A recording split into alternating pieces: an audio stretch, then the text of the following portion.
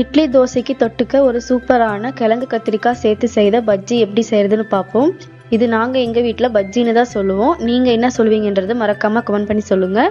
ஒரு குக்கரில் எண்ணெய் சேர்த்துட்டு கடுகு, சீரகம், கட் பண்ணி வச்ச வெங்காயம், பச்சை மிளகா, கருவேப்பிலை சேர்த்து நல்லா வதக்கிக்கலாம். அது கூடயே கட் பண்ணி வச்ச தக்காளி சேர்த்து நல்லா வதக்கிக்கலாம். இப்போ கொஞ்சம் உப்பு சேர்த்து நல்லா வதக்கிக்கிறேன்.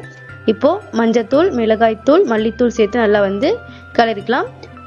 இப்போ ஓரளவு மசாலா வாசனை போனதுமே கட் பண்ணி வச்ச உருளைக்கிழங்கு, நான் ஒரு 3 உருளைக்கிழங்கு கட் பண்ணி சேர்த்துருக்கேன். இப்போ இதில் தண்ணி சேர்த்துக்கலாம். தண்ணி நமக்கு தேவையான அளவு சேர்த்துக்கலாம். இந்த டைமில் நீங்கள் உப்பு பார்த்துட்டு உப்பு பத்தலைன்னா கொஞ்சம் கூடிய சேர்த்துக்கலாம். கடைசியாக ஒரு கொதி வரும்போது நான் கட் பண்ணி வச்ச கத்திரிக்காய் 2 கத்திரிக்காய் நான் சேர்த்துருக்கேன். இப்போ இதை குக்கர் மூடி போட்டு ஒரு 4 விசில் வச்சு எடுத்துக்கலாம். கடைசியாக இதை நல்லா மசிச்சு எடுத்தோம் அப்படின்னா நமக்கு கிழங்கு கத்திரிக்காய் சேர்த்த பஜ்ஜி ரெடி.